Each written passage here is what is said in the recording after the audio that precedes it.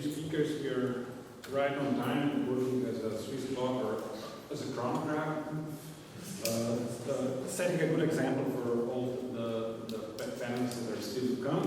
And of course, most importantly, this leaves us a lot of time for questions, for discussion. So, the floor is open for questions.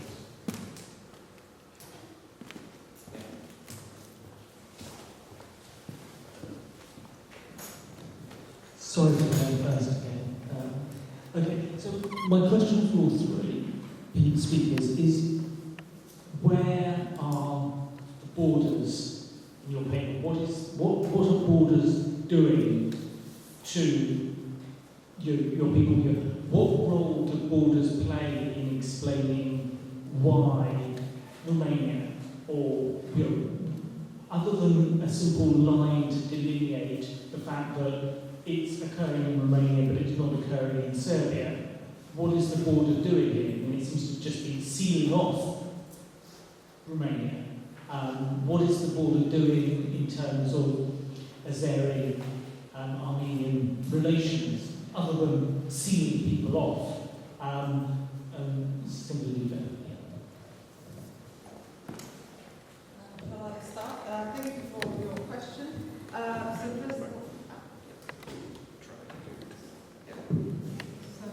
First of all, where are the borders? So yeah, definitely I'm working with physical borders, with frontiers, state frontiers, and they are pretty sort of self-explanatory.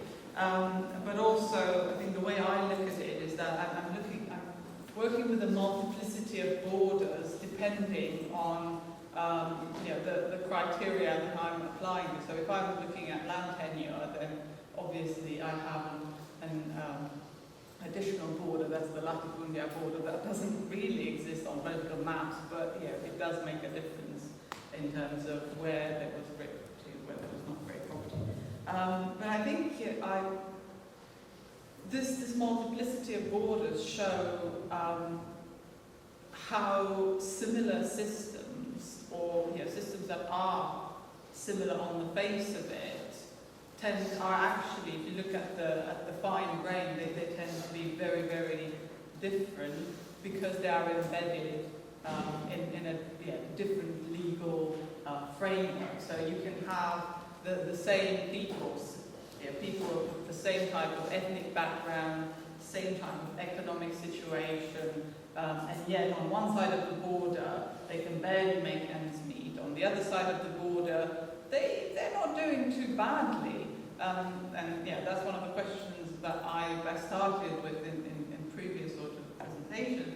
What does 5 hectares actually mean around this border? Because all peasants around my borders actually seem to have 5 hectares or less, but it seems that you can do various things with 5 hectares. If you're a German peasant in southern Bessarabia, 5 hectares, well, first of all, you would not have 5 hectares, you would probably have more. But you would do much more because you have mechanization and so on and so forth, but also privileges from the Tsarist authorities and so on and so forth.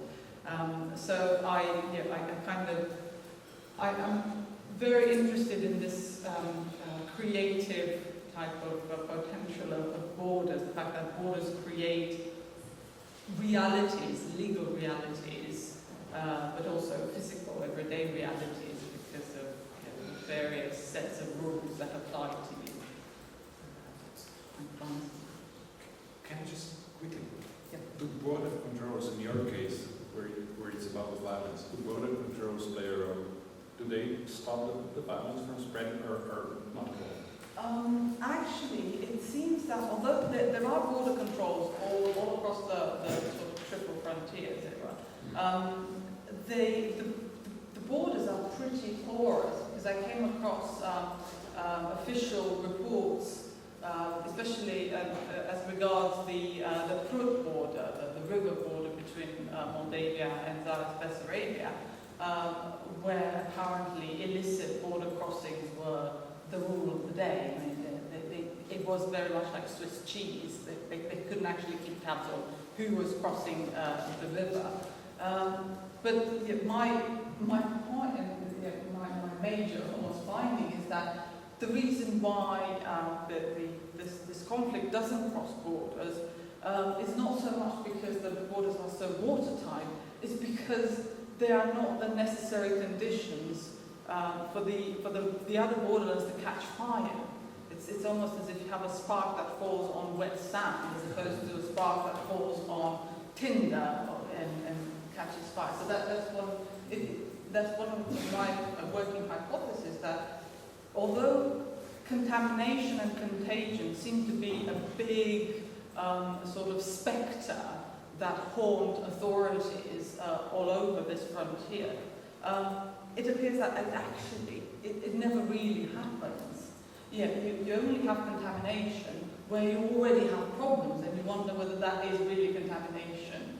And the same thing happens internally. So you have places in the Meje, like the newly acquired Dobroja province, that stay peaceful. That's the only part of Romania that stays peaceful. So it would make sense, because there are no internal borders, that it would catch fire equally, and it doesn't, because it has a completely different structure.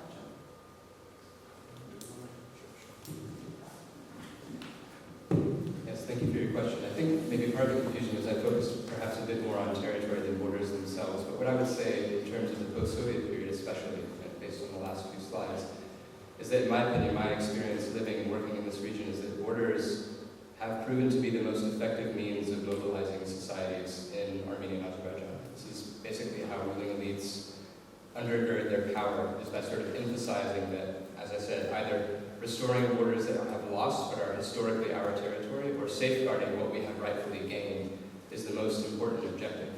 And I think tying this to Soviet history, going back to the 1920s when this all started, I mean, the Soviet Union intentionally fashioned itself as an anti-imperial enterprise and a federation of national territories. And so in that sense, they deemed borders to be a very rational and effective means of administering this vast territory.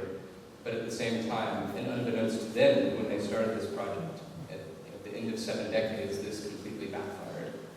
So, I don't know if that answers your question, maybe I've avoided it. But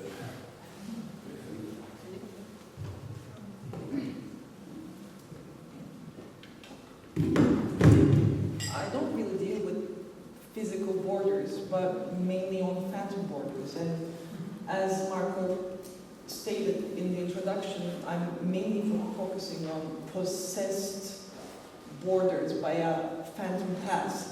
When you have an empire and a collapse of an empire, especially regarding the case of Turkey, you have this extreme way of abolishing the legacy, the dynasty, everything about it. But we tend to forget that these people who were the first bureaucrats or first administrative, class were from the Ottoman Empire. And even in the 70s, we can see that some mentalities about the Ottoman Empire haven't changed in Turkey. And we can say the same thing basically for Greece, for Bulgaria, and even the Kosovo of today, where we have this ancestral legacy of the Ottoman Empire that is reappearing after Yugoslavia. So that. Any more questions? I have a question for Meje. Thank you very much for introducing me to Turkish nationalization policy. I didn't know anything about it, but I do know something about nationalization policies in other European places. And I'm fascinated to see that there are other things at stake, and that's why I wanted to ask you a couple of questions of the kind of things I see and what European states do while they are nationalizing their migrants, and what apparently this Turkish post-empire state did not do. And when I look at this research on European nationalization principles, then I see that they are based on the idea of a citizen, and the idea of a citizen is seen as something male. And so you have a lot of studies that look on the gendered character of migration policies, nationalization policies in various European states. And mostly what comes out of it is that the conditions are more favorable for men than they are for women. So when religion becomes the major determinant, then, it seems to be absent, almost absent from your story. So that I find very interesting. But I would like to know more about it. At the very end, you had a slide about this unmarried single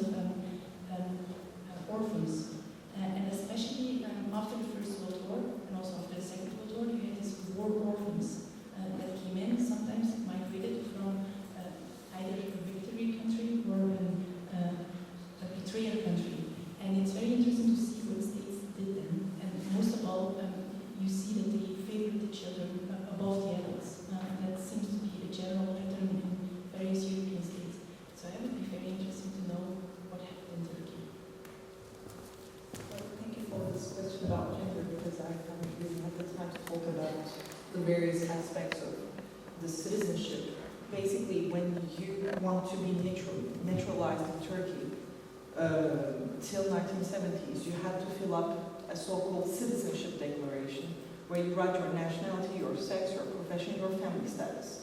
What is interesting that people, like if you're a woman who is trying to migrate alone, you're not accepted because you're not suitable to become a Turkish citizen. But it's about family status that you have the gender question, the gender issue. For example, if you're a widow, you're accepted, but if you're a virgin and it's written virgin on the paper, you're not accepted. Because you can be a threat to Turkish women, basically. So you have this differentiation between your family status, your sexual experiences. So if you're above 13 years old, you're considered as a virgin. And if you're a children, and that means, under the age of 13, then you're qualified as a single person, which is kind of interesting to see, but it's difficult to analyze these family status or the sexuality experiences regarding citizenship because we don't have much material. Because even though I'm working on the archives are so limited regarding the naturalization and denaturalization practices in Turkey because there are some secrets that should not be seen by the public. War orphans, in my archives I've never seen children coming alone. So I don't know if, I cannot see them in my archives, unfortunately, but it's an interesting issue. Especially after the Balkan Wars, I know that there were orphan kids who came to the, Turkish territory back then, but I don't have any archives on that. Thank you.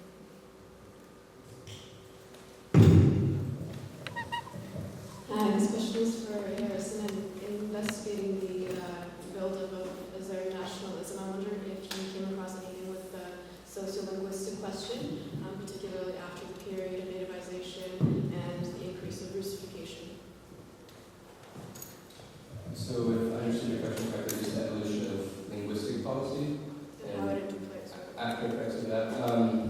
Honestly, that was not a dimension of my research, but it was fascinating to learn, for example, the script changed so many times, what was the ideology behind those script changes. So, changing from the Arabic script, for example, that had been in use until basically the establishment of the Soviet Union, and switching that to Latin was seen as a progressive step to eliminate kind of ideas of backwardness, of being tied to religion, being tied to an imperial context that the Soviet Union was trying to distance itself from. And then, starting in the 1930s, there was a more concerted effort to sort of consolidate the gains that had been made in the first decade, but also kind of Russify things to some extent. And then that entails switching to the Cyrillic alphabet. But in terms of how people write the language today or what they think about that, I didn't really come across any interesting observations from my respondents.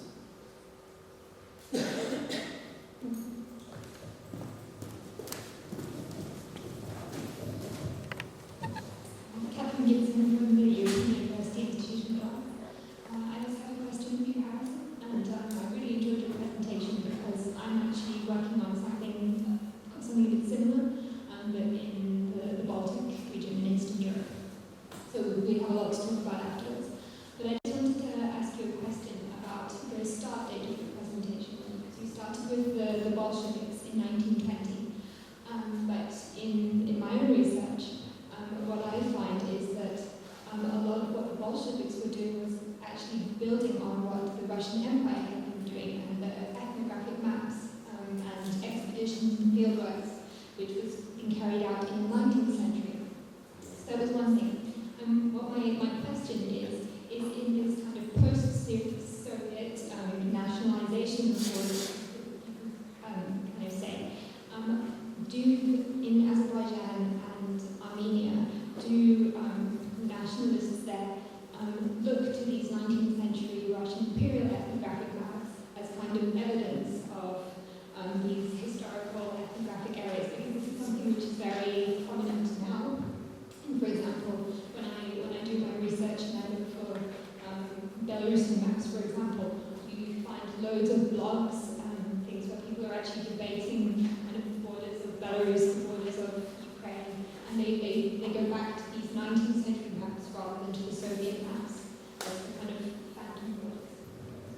thank you very much for both of those questions. Both very valid points. I would say that not only do nationalist historians in both countries go back to the imperial period, they actually go back to ancient history. This is something I forgot to mention, but one of the sources on the last page looks at these historiographical debates between Armenian and Azerbaijani historians starting in the 1960s when they were allowed to write these kind of things. And there was intense competition over whose ancestors lived in the disputed region of Karabakh, and therefore who basically was the first nation to claim this territory. And these were extremely contentious and actually got the attention of central authorities in Moscow for being too inflammatory. So they looked to ancient history first and foremost, but they also looked at the imperial period because at the end of the Russian Empire, these three states, which you see here, this is also almost the same map that you see in today's world. Each of these countries was actually briefly independent for a very short period, and they actually were united in one single polity for a matter of months before that dissolved.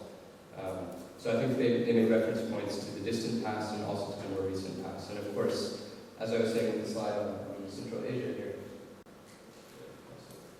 there was a lot of work with ethnographers who either had done their research in the imperial period or continued doing it in the Soviet period, and their data that they had collected proved to be invaluable for how they formed different national territories in that region. Does that answer your question?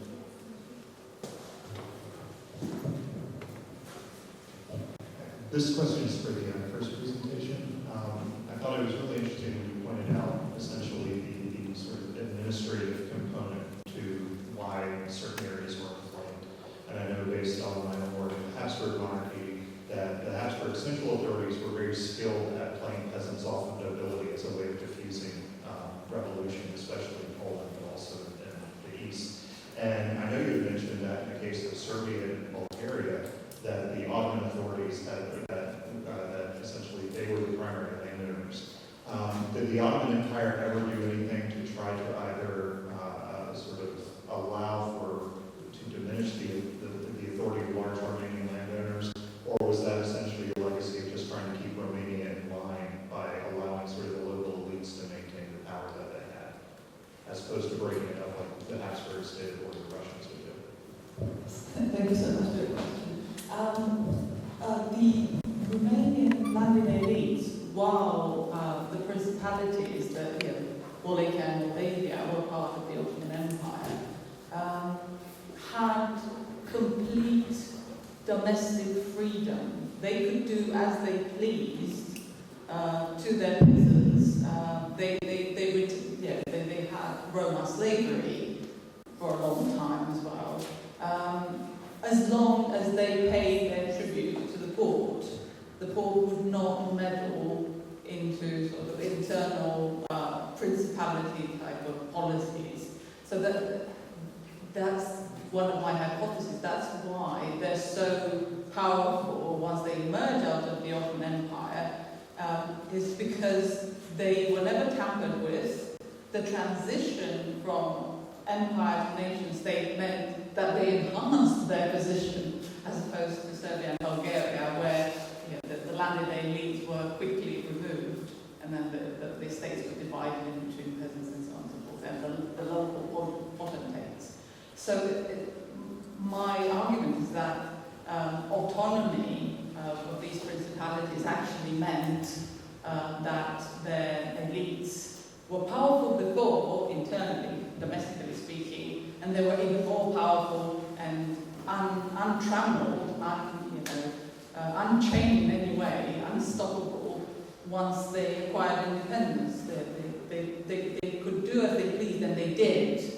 That's why they ended up with a major peasant uprising on their hands.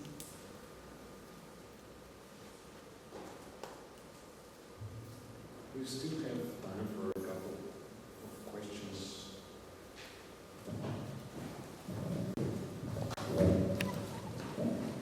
So, Elif and I were talking about categories and algorithm between the break, and I was thinking, you actually have 4 categories at one point in your presentation, where you look at non-Muslims, non-Turkish, Muslim but not speaking Turkish, and then Muslim with Turkish language, and then Kurds and Eastern, Southeastern provinces, basically.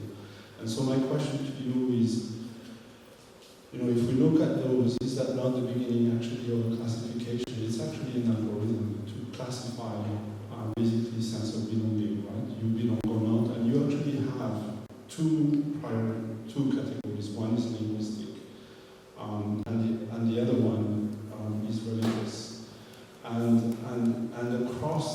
a little bit because of the third category, Kurds and so on and so forth, but actually they're redundant on the two other ones. So the top two categories are really the one that drive the whole system. And I don't think it's exclusive of what we were discussing earlier, is that today these categories would probably be different in their order and more complex as well, and that's probably where the research can go. So my question for you is, and I have one for Irina. I thought I really liked your presentation, thanks for it. And I've done quite a bit about this. And I thought that this was really interesting to look, actually, you're looking at regulatory systems, basically. That's the way I look at this, right? And you're asking the question of homogeneity versus diversity, and you're asking whether the same population, within basically broad socio-historical, cultural contexts that are similar, can basically have very different historical outcomes. I was thinking, as you were describing the work that you do, that it's a very interesting case when we think about Brexit. It's the reverse, right? And I am asking you the question in a way hidden there, because I think for the room it's very important to think about this. What we have here in Europe is a system where we have homogenized across a very large number of regions. I think it's 248 now across the whole of Europe, 278, all of Europe, where we have similar standards for very many things. And even in a country like this one, only 10 years, 12 years after becoming part, you sense that you're in the EU. You can come from Canada and it feels the same. The cars, there are lots of things. I was telling the cab driver yesterday, sometimes I had flashes of being in the UK or flashes of being in Denmark. Even from the airport. People who live here don't have this, but you do. The people who, like me, who come from far away do. And so my question for you is, do you think that what you're observing actually is a form of phantom borders or aterritorial borders? In other words, the kind of research that you do, which is very historically grounded, is that on the premise of some of the things that we see today, and maybe don't discuss very well, but that's kind of the question I thought. Thank you very much.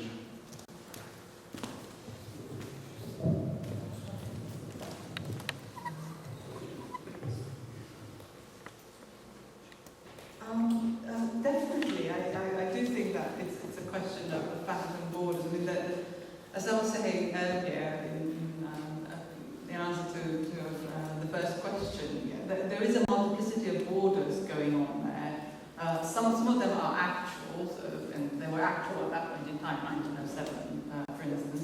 But we are definitely looking at superimposition of borders that coexist. So that Ottoman border still makes a difference. So definitely there is even if you have fledgling Balkan states,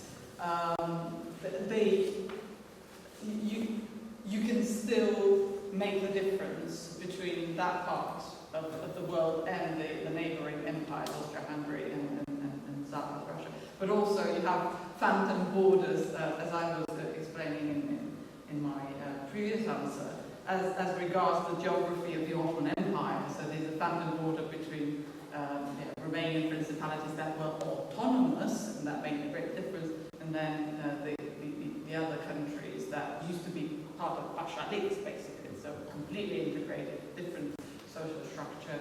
So I see here a composite sort of image of crisscrossing borders that create a very sort of difficult terrain to negotiate in terms of figuring out what is the one factor or a handful of factors that actually trigger discontent or create social unrest. So that's the way I see it. So I want to quote a little bit more.